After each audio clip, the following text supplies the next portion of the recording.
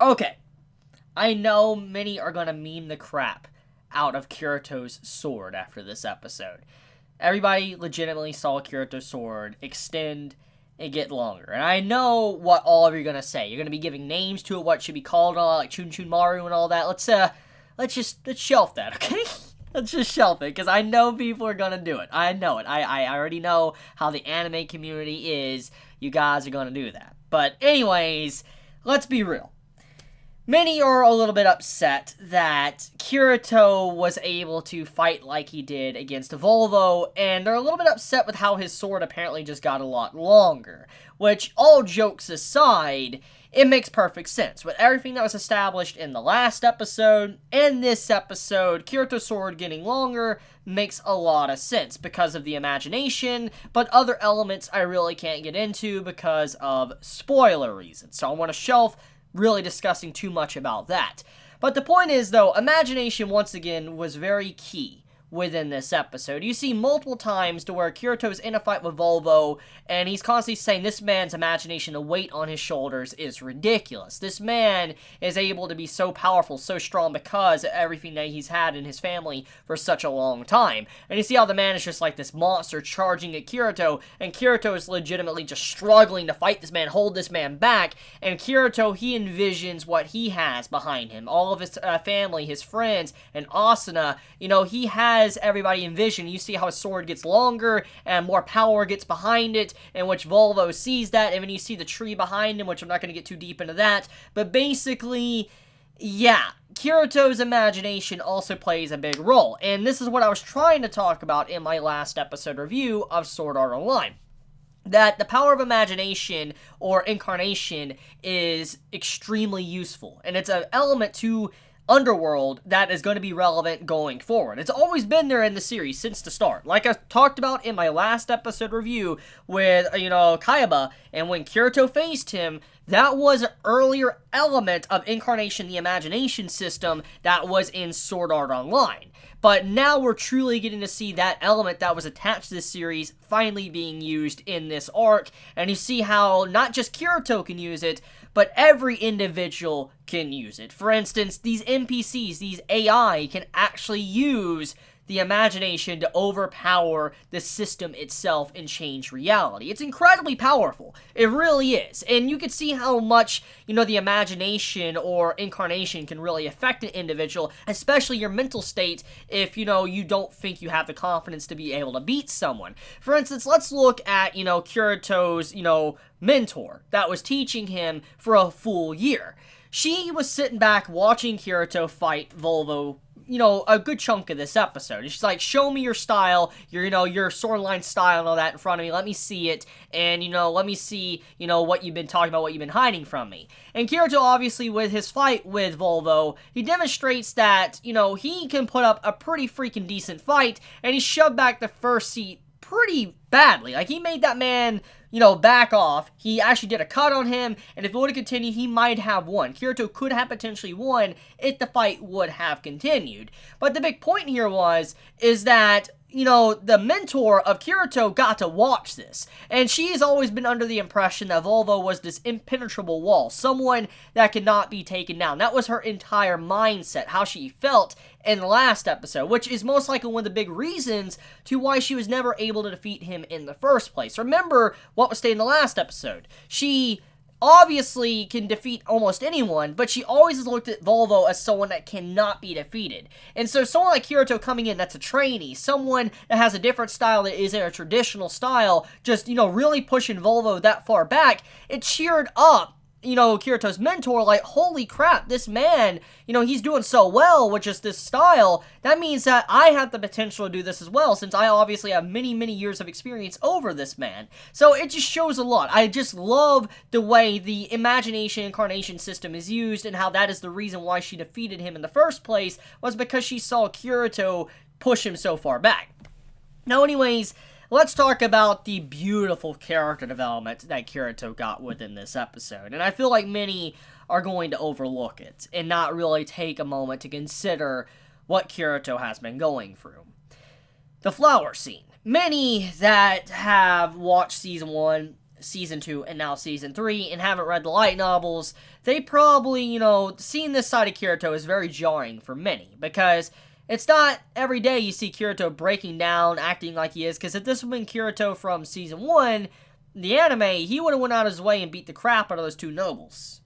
But we see a different side of him in this episode. He cries and breaks down. And many might want to be quick to call Kirito like a baby. Oh, he's crying and all that. Cheer up, man up. That's not what's going on. There's so much going on to Kirito that we don't really truly understand because we haven't seen the full extent of what he's been going through, like day after day. We know he's been there for almost 2 years now, but we haven't legitimately got to see every single day like he has. And let's put this in a realistic perspective. Let's say you guys are watching this video, or me, myself, were thrown into Underworld. At first, it would be cool. It would be amazing to be able to play a game that's VR. I would love it. I think many of us would love that experience. But let's put a little bit more of a spin to it. Let's say you had family, you had friends, and you had a lover. And then all of a sudden, one day, that's gone. You're in this world.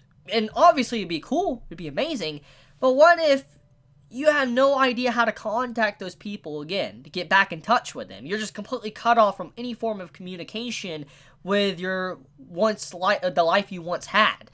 You would feel miserable.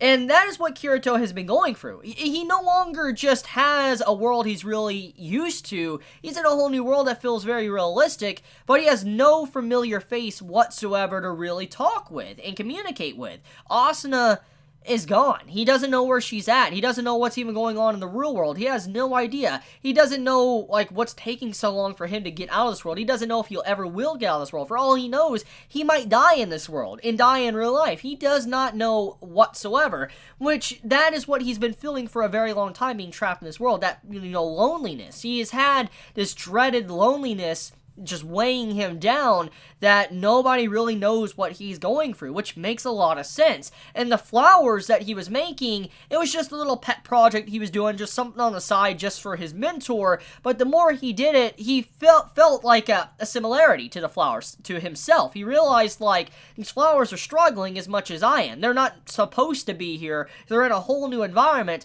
but they're trying to struggle and grow in an environment that does not, suit them. And that's what Kirito has been going through. Even though he has played a lot of games, VR and all that, he's still someone that belongs in the other world. He is very aware of this. He wants a life with Asuna. He had a life going on. And just being taken away like that, and then also remembering what happened to those events before he was in this world, he's like, what happened? Is she okay? Is she dead? He doesn't even know. He has no idea if she is alive or not. He doesn't know what's wrong with his body. And that is the big thing about this that is weighing Kirito down. And what I really love about that segment of this episode, it shows humanity to Kirito. He is not someone that is just a great player at a game, someone that is the MC, that has plot armor. He is someone that has so many emotions, and he doesn't really know. He showed a very vulnerable side to himself in this episode, and I feel like many are not going to notice that or appreciate what the writer did and how it was really displayed in this episode in the anime. I was very, very happy with that. I didn't think they would,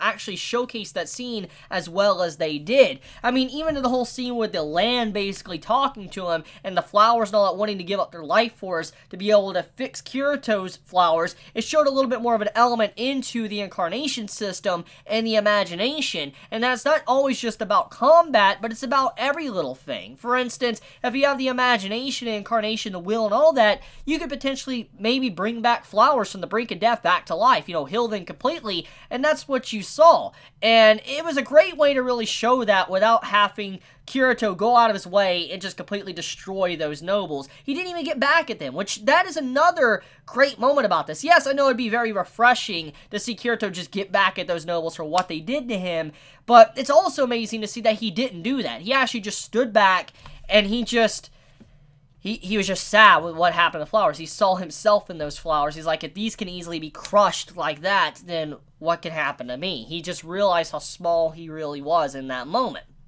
Now let's talk about the nobles. It wasn't properly explained in this episode, and I want to be honest with you, my memory of this part in the light novels is very foggy. It's been years since I have, read the light novels of SAO. I'm not actually up to date, as I said at the start of my reviews of SAO Season 3.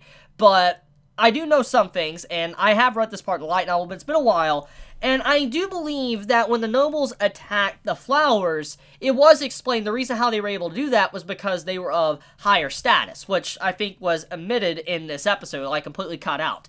Basically, if you are of a higher status, you can get away with petty crimes. For instance, destroying the property of, a lesser citizen. For instance, aka a commoner. And that is the reason why they were able to do what they did, destruction of property for Kirito, without getting the system after them. So, for instance, because of the way the laws are in this world, the nobles have the advantage to do whatever they want, while if the commoners wanted to strike back, they couldn't do anything about it. Literally, the system fights back against them, so Kirito couldn't do anything even if he wanted to, but the nobles can get away with it. So if the system allowed it to where someone could actually be killed, then that would be allowed, because it wouldn't necessarily be a crime. See, these AI, they will not commit a crime, but if it's illegal and allowed in the rules, then they will do that, which you see is how they handled with Kirito's situation, destroying his flowers. So yeah, that is to explain that scene for any that did not understand it, how they got away with that without actually getting in trouble with the Integrity Knights. So what else to really talk about? I guess let's talk about the ending sequence with, Volvo being defeated, the mentor seceding, and now, we had a brief time skip once again, and Kirito and Yu-Gi-Oh, they are now elite disciples, and they now have trainees underneath them, very similar to what was going on in the previous episode. In this episode, they are now in the situation as Volvo and, Kirito's mentor. They are basically, now raising the next generation before they graduate.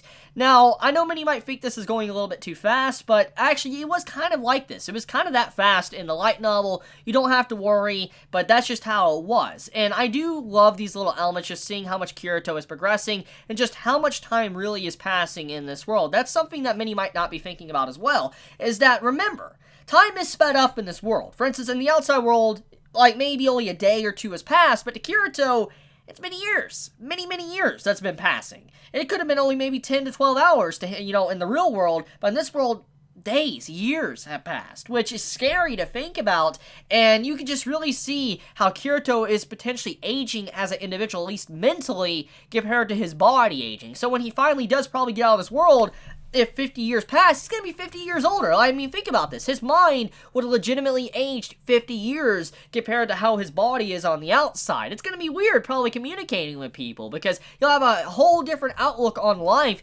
compared to what he was before he walked in. It'll definitely add, I guess, some weight to your mind, some maturity, and that does add a different element to this world that many might not be thinking about, and what Kirito is having to go through as well. But I want to end it at that.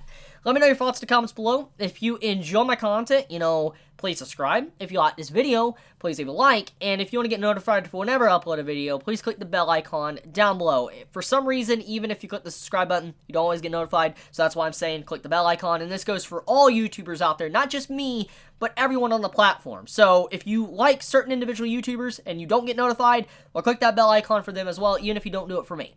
But I love you guys. Be safe. Chibi out.